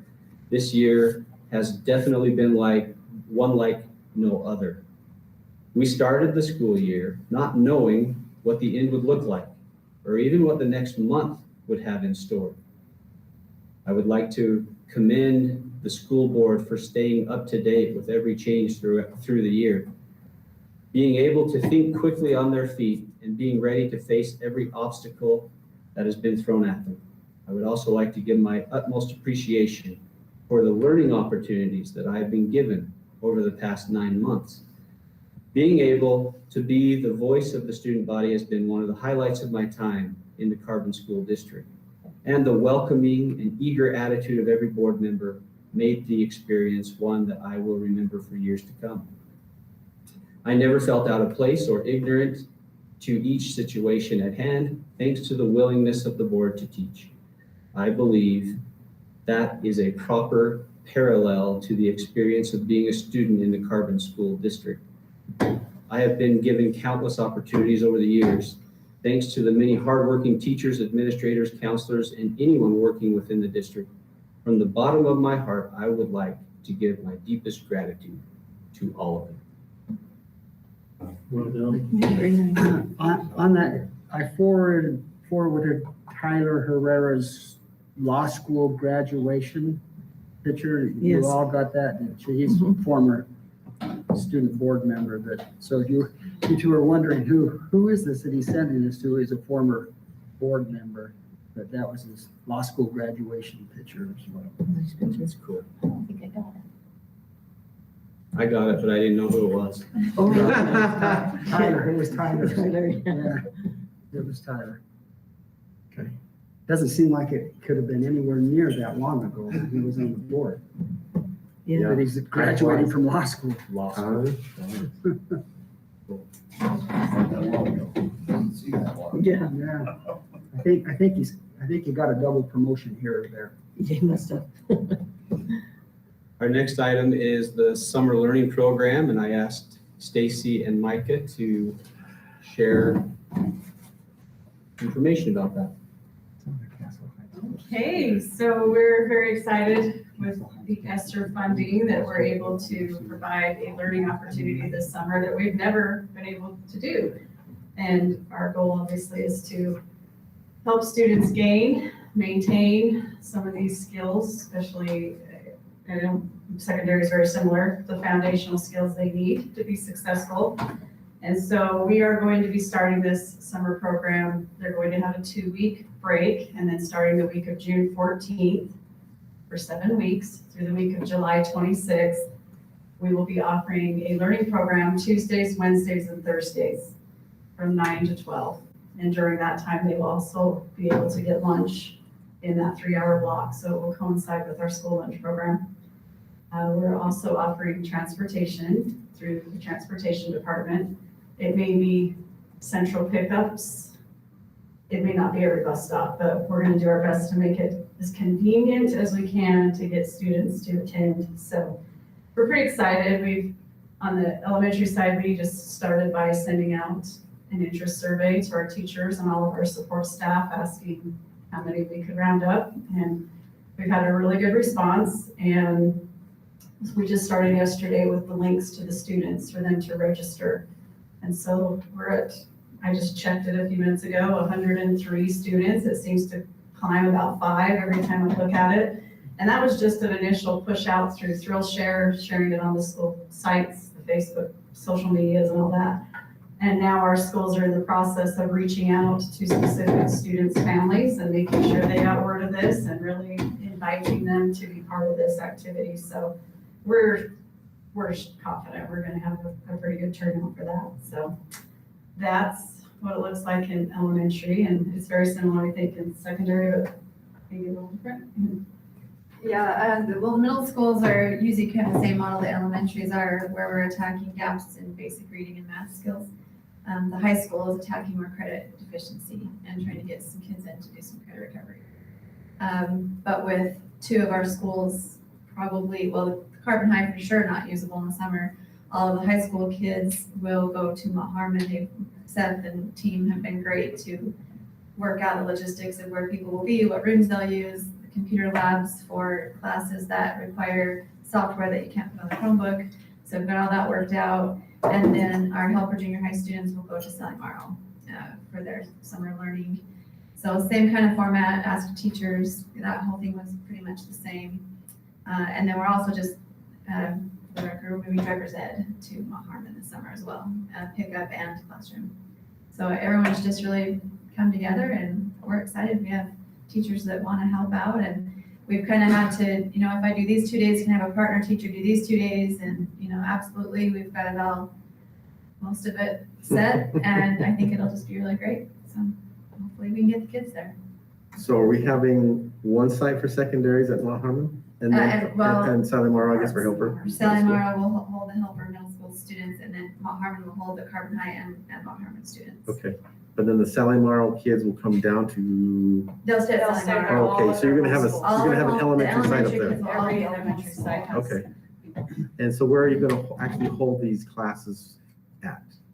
Not at every school. Well, we're gonna be really creative with our custodians, and we're gonna say, this week, we'd like to use this side of the building, and this week, that's flexible. But it's at every school? So we're gonna okay. be, with the exception of Helper Okay. Middle and Carbon High, every school will have students in it. Okay, I thought you were gonna Tuesdays, centralize everybody to a school or 2. No, we're trying to keep it Okay, convenient. no, that's great, because I really hated to see those first and second, I think our biggest victims of COVID are our first graders this year who were kindergartners last year. And interestingly enough, if it's interesting to you, it is to me, that is our largest grade so far that has signed up. So. That's even their exactly parents what are we're targeting, recognizing so that's Yeah. a big celebration. Well, we think the kids will be more successful with familiar faces. Right. If we start sending kids from out of, to another school, we're worried that they wouldn't be as successful. They really need to be with the people that they know and are comfortable with. And we had many staff that have volunteered to go to another location if it will help that location with with the number of students that come in. So, it's no surprise. We have outstanding people that work for us, but even again, they're just gonna carry it on into the summer and provide something for our students. So what do you see as far as like sizes ratio? Well, our goal when we started was a 10-to-1 ratio or smaller. And I mean, right now, we're gonna easily be under 10-to-1, but it's gonna take a lot of students, because I mean, just in the elementary alone, we have 57 people that wanna work in that, the adults, so that's a lot. We're gonna be able to provide really intensive, but really fun, if anyone's listening out there, it'll be fun. It's summer, we're gonna make it fun, so. So now, again, what are the efforts that you're doing in the secondary to get kids there? So they're actually individually inviting them. And so they're targeted at the middle schools, like I said, for their reading deficiency and the basic math skills. They're getting individual invitations to come.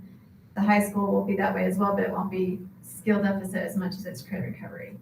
So they're, but again, individually saying, we'd like you to participate in this. Can't be better than that. So are you going to have to pick teachers at the elementary level if you don't have that many students, or how are you? Oh, we're gonna find students. So you'll, but I mean, If we're driving neighborhoods, we're just kids off the corners. You're gonna play music from the school bus. Alert the police, if there's missing kids, this is where you'll find them. That's what we're gonna do. No, I really do believe, especially with this initial push, 103 people just by sending out an email. And it's only been like a day. It's been 24 hours, Yeah, so I know as the think I saw teachers. the Facebook post. Yeah, it was This yesterday morning. afternoon. So Yeah, I as saw the it this teachers morning. start reaching out and that whole personal contact is going to make a big difference, I think. I'm not worried, we'll get a lot of kids. Okay, thank you. Okay, Micah, will you stay up here? Yep. Graduation information, as you can see there, Carbon High School graduation is 11 o'clock on the 27th. That will be on the football field. And the adult program will be at 3 o'clock. But one of the things I wanted to make sure the board knows is the expectation that you wear your gown. I guess I'm a little concerned. I'm not sure if you have one, Keith. And so we will get that and make sure that you have one. Do you have one, Melissa, that you're good to go there? So that's something we need to make sure we get as a gown and everything for Keith. So anyway, if you want to explain. So yes, there's actually going to be a site that's developed. They sent me the link tonight, but it's not live yet, but it shows for parents the path to come in and all of that. So the kids will gather in the gym and the crowd will sit in the bleachers. The students will be on the grass. And then the students will start in the gym and then come down. They've got kind of a special way that they're going to go. They did a survey for all the students to ask what kind of graduation they would prefer. They said that I think maybe Chris talked about this last time, so you know that they chose this, but the one thing that they did miss about last year that they didn't want to miss out on this year was the connection with the teachers, because they really liked that the teachers could actually talk to each one. So they worked out a way that as they kind of come in, there's still a way for all of the teachers, they'll go through all of the teachers. I believe they'll be down on the football field and get to just say congratulations to each individual student that they taught. So that's really cool. So it's kind of a good mix of the two. They are providing 7 tickets per student, 2 one color and then the other 5 are another color, and that's in case of inclement weather. They have to go inside. They're only going to be allowed to bring 2 people with them inside. So they'll just have to choose as they hand those tickets out.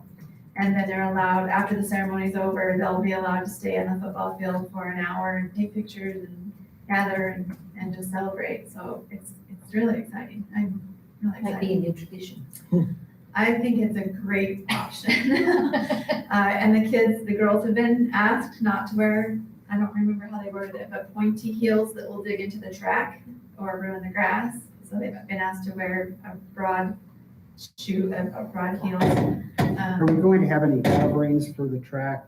When we put down something so that they can walk over the track? I'm sure. I don't know that detail, but they probably will. But still, he'll really do a good job of digging into it. We could give but if we could just put some plywood out there. Even, yeah, if we could, and I'm not exactly sure the path. Now, I don't know mean, if we they may want- not have the budget for plywood right now. Yeah. No Even mine kidding. belt would work. Yeah, That's yeah, true. let's We get have some to do mine that. belt out there. That's- You do with the plastic or the plywood, we can take the plywood back. If you can find it. Yeah. We'll just do a bid at graduation, sell the Yeah, plywood sell it. right there. Yeah, Are they gonna still have a practice on? The practice, Day before. yeah, but I believe it's at 1:30 or something. And they are doing the walk, that's what it is, it's after, no, maybe it's not. The walk is the 24th, so we're happy to bring that back after last year. Speaking as the mother of a graduating senior from last year, she missed that probably more than anything, of going to her previous schools and doing the whole walk, and that's happening on the 24th. So we're thrilled that that can happen again, because it's important for the littles, and the graduates. Any concerns or questions, or? Is there going to be something sent out about what time on the 24th they're starting? Schools and that for that walk? They've shared it already. We'll share it with you. I believe most of the, Bruin Point is the only one that begins at 9 o'clock. Okay. All of the rest of the elementaries are at 9:30. And then I believe Mount Harmon is 10:15 or 10:30, and Hillsborough is also at 10:15 or 10:30. So the biggest group probably would be at Mount Harmon, because they'll get the 4 feeder elementary schools there. Where Hillsborough will only have the Sally Marm kids probably. They do in their assembly again, so they're coming in during the assembly at Mount Harmon. I'm not sure how they'll do it, but I think it's 10:15 or 10:30, but yeah, Seth would be able to say whether they'll show you.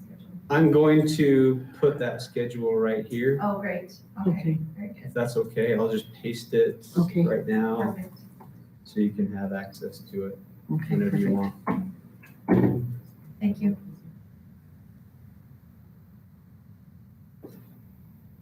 Okay, Okay, thank you, okay. Micah, appreciate it. The high school has worked really hard on this plan, and feel bad for them having to come up with 3 or 4 different scenarios and kind of go back and forth, but they've done a great job figuring this out. I'm excited, it's gonna be great. The adult program is 3 o'clock here at the district office in the gym, and so I always look forward to that one. The retirement banquet is the 24th at 6 o'clock PM. Here? Yes, here in the district office gym. And if you do plan on coming, will you please let me know, so that I can make sure that Heather and Tony have everything arranged for you. So, I just like them a little bit more about it, but I don't want to take up the time here. So let me just talk to one of the board members after, and I'll Okay. get back with you. Okay, great. Yeah. Sounds good. And that's all I've got for my report. Is that enough? I don't know, is there anything else we want to know from him? Okay, guess that's enough. man, open that up. Mass City Schools then. Well, I think you've all received the message and everything, and, this was put on the agenda, as we were working through all of these issues. And we just appreciate the board's support. I feel like we've come up with a really good solution and a good direction, and I'm excited to hear the reports that there was a fair amount of cheering and smiles when the announcement was made. And there's always, every solution sometimes comes with some problems with it. So I anticipate that, there may be some unanticipated consequences, but I think this is the right thing, and we appreciate the board support. I would just like to, point out that the superintendent is very much on top of what's happening in the community, what's happening in our schools, communities, to see this coming and see the needs for these changes, and also to stand up and lay it out to the state leaders. if you're gonna impose a rule, you need to enforce the rule. And since you're not enforcing the rule, or you choose not to, that rule no longer exists. And it was pretty blunt and to the point, and I appreciate that. Yeah, I don't know if everybody got to see that letter that the superintendent wrote to the superintendent of schools, but it was wonderful. So, and he's had several follow-up conversations with her about it. So superintendent's on top of things, and we appreciate it.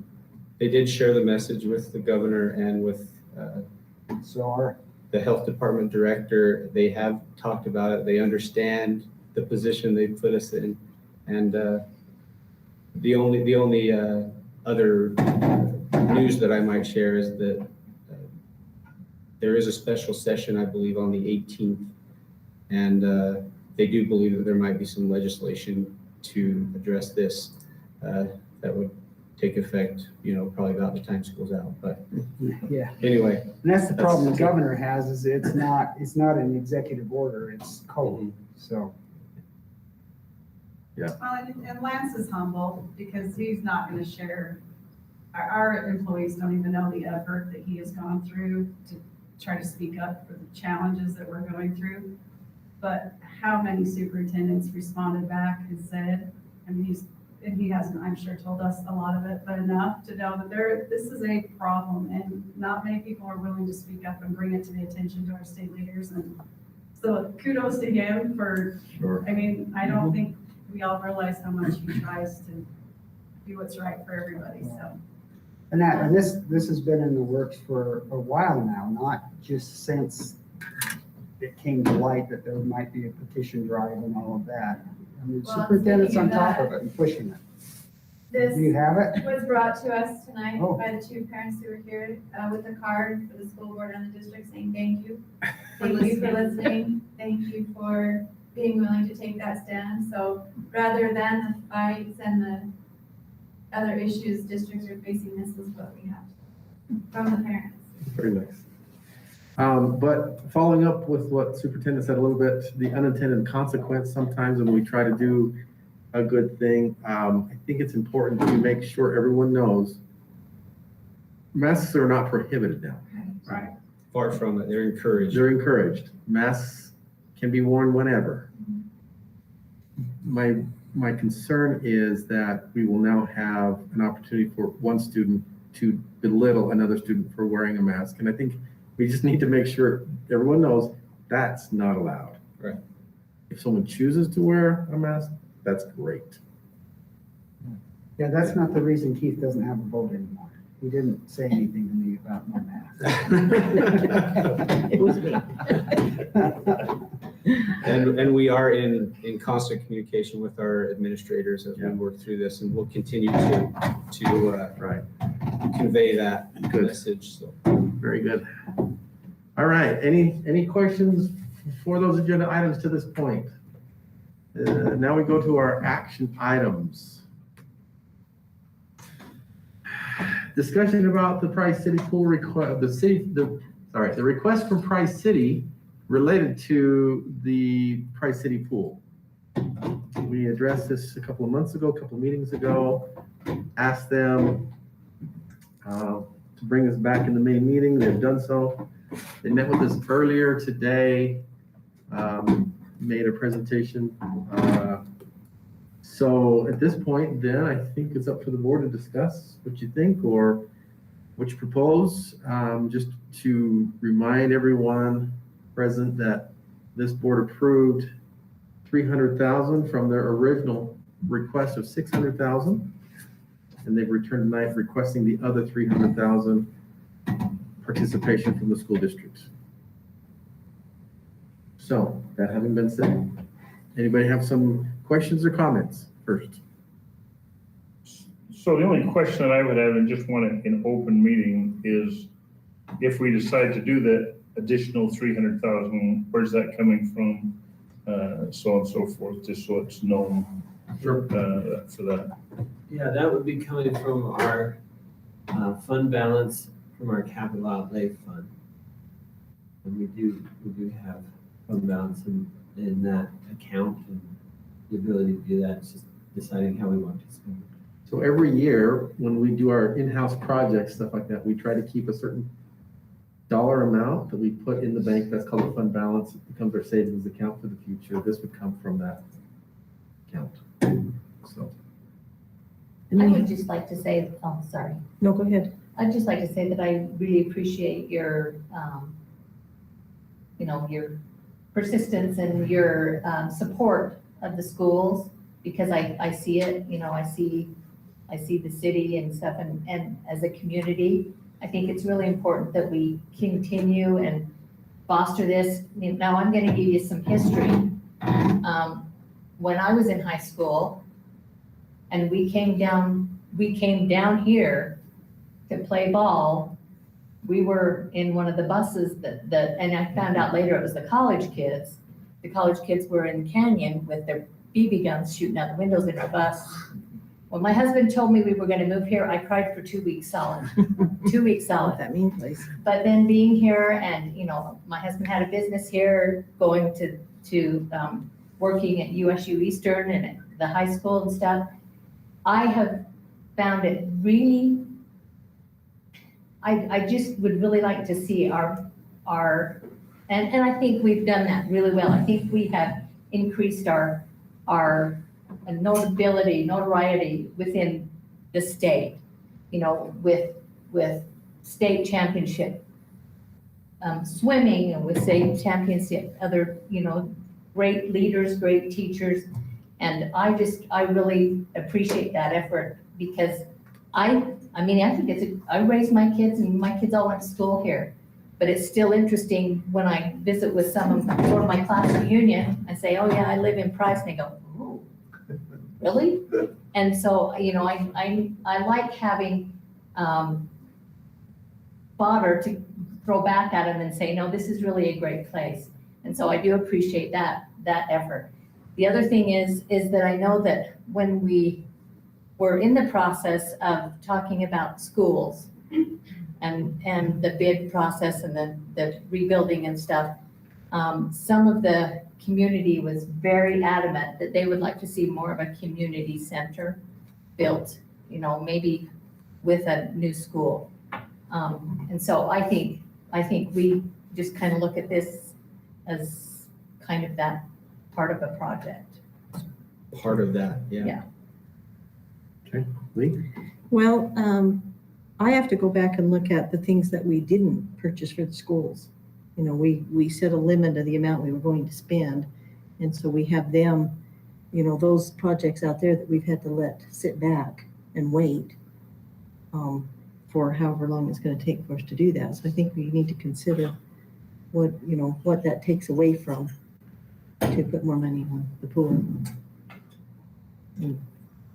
Good, appreciate that. Superintendent? I would just, I want to just make sure that we echo our appreciation to the city for being a great partner.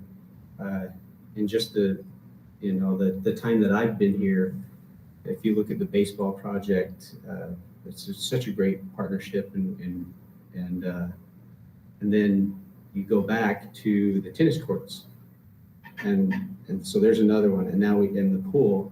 Those are 3 programs that are tough to pull off without a partnership in a small rural community, and just appreciate the partnership that we have in all those projects, and just so great to work with always. So anyway, that's my 2 cents. Mike? I would like to make a motion that we approve the additional $300,000 to the Price City Pool project, in addition to the 300 that we've already allocated. Okay. So then we have a motion to increase the contributions from the Carmen School District to a total of $600,000 on the Price City Pool project. Do we have a second? If I only had the right to vote. Temporary. I will second. Okay, we have a motion by Wayne, we have a second by Melissa. All right. Those in favor, please say aye. Aye. And those opposed? Okay, it approves and unanimous. Thank you. Can I say one more thing about that? What would be the possibility of teaching high school PE swim lessons? They do offer swim lessons, but most of the kids don't want to go with the beginning swimming classes. But I mean, during the day. As a high school class. As a high Yeah, school and the class. high school class. Nothing, You know, those nothing would schools that stop have, us from doing that. I those don't schools think. that have pools, They You have a have to- swim team, they and you use know a what? gym It's class. a part of the Let's- PE. let's Conditioning. do water ballet. You'll be the I don't teacher for know. that. I could be the teacher for that. I'll do water ballet. No, I- Let's not. It's I think it's a that would be possibility for sure. Something to maybe look at. The junior high has come over several times Yeah. for that purpose. Do they just come and play though, or Well, is it? no, they come and build Tom boats Boswell and, teaches a class. He does teach a class. We'd be glad to support that.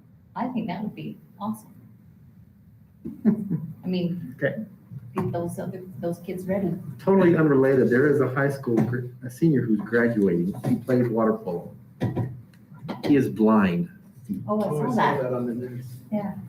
I saw that. He, I don't know if I was kind of thinking, okay, is this Facebook magic here going on, or is this really real? It's Yeah. real. yeah, it's amazing, and I used to play water polo, and it's something you need your vision Yeah, to do, but as a goalie, I guess it would work if you have the sound if you got the ball. in the ball, sound, yeah. so, yeah.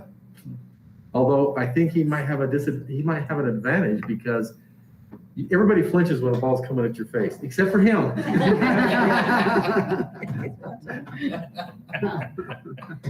Water polo, teach a class in water He polo. doesn't go for Man, the that's, water polo is a lot of work. Yeah, it's a lot of work.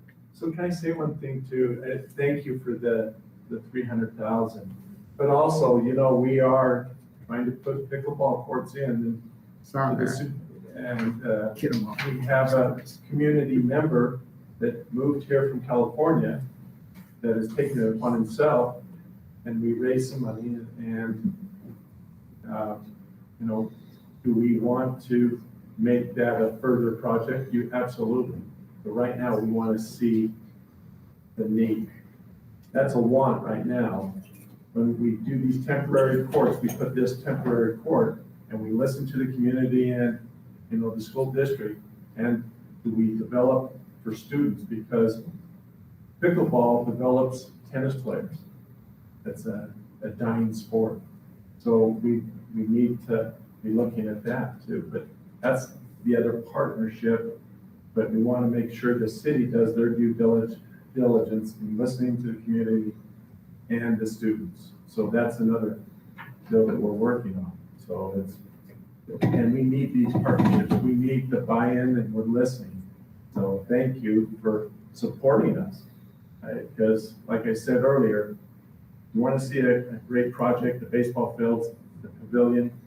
It was our crews, our city crews, and the employees of the school district doing that. That wasn't going to happen, and it's phenomenal. That's one thing that we are very proud of, in that partnership. So thank you. Your support on this project is such a, Yeah. we just can't tell you how much we appreciate this. We've been saving money for several years. The needs here, we can't delay. I just really appreciate it. Cool. Okay, thank you, gentlemen. Okay, next item on the agenda is the approval of the negotiated agreement. For the minutes in the open meeting, Darren, you want to go through that really quickly? Or Yes. superintendent, or whomever would like to speak? Bring that summary up again, should we do that? That, oh, right there, it is there. So, what was agreed upon financially was to increase the starting salary for teachers to 44,550, increase the step increment to 760 per step, which is a average of 5% increase for teachers, to extend that 5% increase to classified employees as well, and to keep our benefit package at the current levels, funding the 2.5% increase for the health insurance. And also providing a step for those employees who would receive a step, teachers and non-teachers alike. Did I get the main points? That's all of it. Okay, I would like to make a motion that we approve it. okay, we have a motion by Melissa that we approve the negotiated agreement. Do we have a second? Second. Second by Keith. Those in favor, please indicate. Aye. And opposed if there be any. Okay. thank I you. just wanted to prove that I could make a vote without waiting. You were so fast, he couldn't step in. I know. It's Wayne getting out walking. So at this point, Chelsea, you now take it to your membership, right? For ratification. Okay. If you will inform us, and then I'll inform the board when that happens. Hopefully soon. They're usually fast. They're interested in this. It's hard to keep it quiet. We need to do it closer to the school board meeting because it's hard to not talk about it for 2 weeks. They wouldn't tell us anything on this side of the table, so I don't know what the problem is. Well, we didn't either, but everyone was asking what, if it was good and where it was good, so. Okay. Let's see, items, under the action items 3, 4, 5, 6, 7, and 8. Does anyone want to break those up? No, I want to keep them all together. I move that we approve policy 301.08, 301.11, 301.16, 301.19 as amended and added to, and that we delete policy 333. Number 8, too. Oh, and in the, as amended, policy 301.20. Okay, so we have a motion by Wayne to approve the policies as amended with the deletions of policy 333. I'll second that. Seconded by Lee. Those in favor, please indicate. Aye. And opposed. All right, Now the agreement's complete. so now to the consent agenda. Any concerns about what was written in the minutes from the last meeting? No? No, I even read them. Okay, do we have any concerns about the approving the expenditures on the warrant register that's attached? No, but next time you write 2 over $1 million checks in a month, I want to sign them. I don't. When it's not coming out, I want to say, yeah, I've written $2 million checks in 1 month before. The progress they're making, we're gonna see some big checks this summer. Yeah. Okay, any questions on the new hires? No, then we'll take a motion to approve the consent agenda. So moved.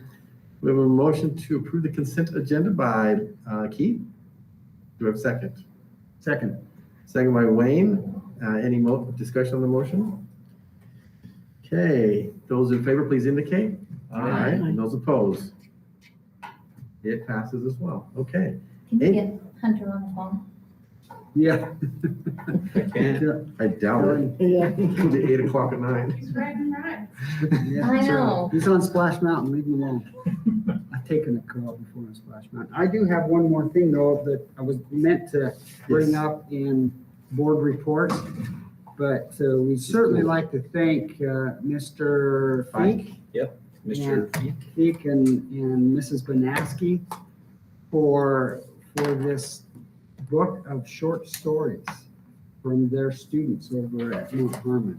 It's going to be fun reading. I'm Yes. going to enjoy reading this. Make sure you pass back to her our appreciation, our excitement for this.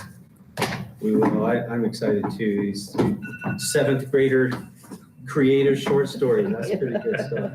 I'll just walk down the street. so I think. Yeah, do it. Good. Do it. Yeah, very good. We appreciate that. If you'll pass that on to them. We can't close. Hunter's not here. That's why you wanted to get him That's on the what I'm phone. saying. That's right, that's right. Well, anybody want to be brave and take over his duties and something I wanted to do for a long time. I move, we adjourn. We have a motion to adjourn by common consent. We are done.